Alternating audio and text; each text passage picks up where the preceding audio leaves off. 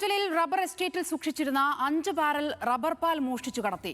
Rubber ബോർഡിന്റെ ചടയമംഗലത്തെ സ്ഥാപനത്തിന്റെ പേരിലുള്ള 3 ബാരലും സ്വകാര്യ ഏജൻസിയുടെ പേരിലുള്ള 2 ബാരൽ റബ്ബർ പാലുമാണ് മോഷ്ടിക്കപ്പെട്ടത്.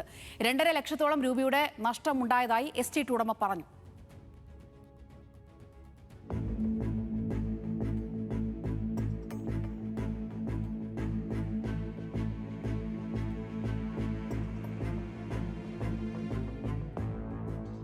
അഞ്ചൽ പൊടിയാട്ടുവിള പുന്നക്കാട് എസ്റ്റേറ്റിലെ ഷെഡിൽ സൂക്ഷിച്ചിരുന്ന 5 ബാരൽ റബ്ബർ പാലാണ് ബാരൽ സഹിതം മോഷ്ടാക്കൾ കൊണ്ടുപോയത്.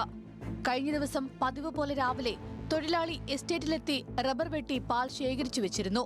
തുടർന്ന് റബ്ബർ ബോർഡിന്റെ വാഹനം ബാരലുകൾ എടുക്കാനായി സ്ഥലത്തെത്തിയപ്പോഴാണ് മോഷണം നടന്ന വിവരം അറിയുന്നത്.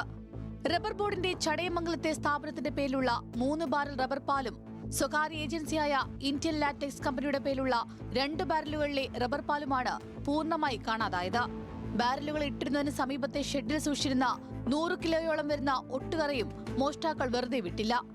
ആകെ 1400 ലിറ്ററിലധികം റബ്ബർ പാലാണ് ഇത്തരത്തിൽ നഷ്ടപ്പെട്ടത്. ഏകദേശം 2.5 ലക്ഷത്തോളം രൂപയുടെ നഷ്ടമുണ്ടായിട്ടുണ്ടെന്ന് എസ്റ്റേറ്റ് ഉടമ ജോൺ പറഞ്ഞു. അപ്പോൾ കഴിഞ്ഞ ദിവസം വെട്ടുകാർ പറഞ്ഞു ഇത്ര ബാരലൂടെ നിറഞ്ഞിട്ടുണ്ട്, ഒരു 10-12 ബാരൽ നിറഞ്ഞിട്ടുണ്ട്. ഇതെടുക്കാനായിട്ട് 2 കമ്പനിക്കാരും വരുമ്പം 2 കമ്പനിയുടെയും ബാരലിവിടെ കുറച്ച് ബാരലിൽ നിന്ന് ഇവിടുന്ന് മൊത്തം ഊറ്റിക്കൊണ്ട് പോയിരിക്കുന്നു. ചടയമംഗലം റബ്ബർ ബോർഡിൻ്റെ ബാരലുകാരുടെ അവിടെ ബാരലോട് കൊണ്ടുപോയിരിക്കുന്നു. ഇവിടെ ഒരു 100 കിലോയോളം ഒട്ടുപാലുണ്ടായിരുന്നു, ആ ഒട്ടുപാലൂടെ പോയിരിക്കുന്നു. അപ്പം ഈ കഴിഞ്ഞ 3-4 വർഷമായിട്ട് ഇവിടെ റബ്ബർ വെട്ടുന്നുണ്ട്, ഇതുവരെ ഇങ്ങനെ സംഭവിച്ചിട്ടില്ല. അപ്പോൾ ഇവിടെ 10-15 ബാരലിവിടെ ഇങ്ങനെ വെക്കും. അവർ റബ്ബർ ബോർഡിൻ്റെയും മറ്റേ ഇന്ത്യൻ ലാക്സിൻ്റെയും അവർ വന്ന് എടുത്തുകൊണ്ട് പോകും. അങ്ങനെ സ്ഥിരമായി നടന്നുകൊണ്ടിരുന്നതാണ്. പക്ഷേ ഇപ്പോഴാണ് ഈ കഴിഞ്ഞ ദിവസമാണ് ഇങ്ങനെ സംഭവിച്ചിട്ടുള്ളത്. സംഭവത്തിൽ ജോൺ നൽകിയ പരാതിയുടെ അടിസ്ഥാനത്തിൽ അഞ്ചൽ പോലീസ് കേസ് രജിസ്റ്റർ ചെയ്ത് അന്വേഷണം ആരംഭിച്ചു. ഇത്രയും ഭാരമുള്ള വലിയ ഇരുമ്പ് ബാരലുകൾ സാധാരണ രീതിയിൽ എളുപ്പത്തിൽ കൊണ്ടുപോകാൻ സാധിക്കില്ല.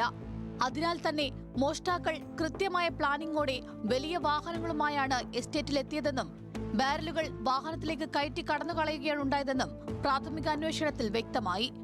പ്രദേശത്തെക്കുറിച്ചും സമയക്രമത്തെക്കുറിച്ചും കൃത്യമായ ധാരണയുള്ളവരാണ് കവർച്ചയ്ക്ക് പിന്നിലെന്നാണ് സൂചന.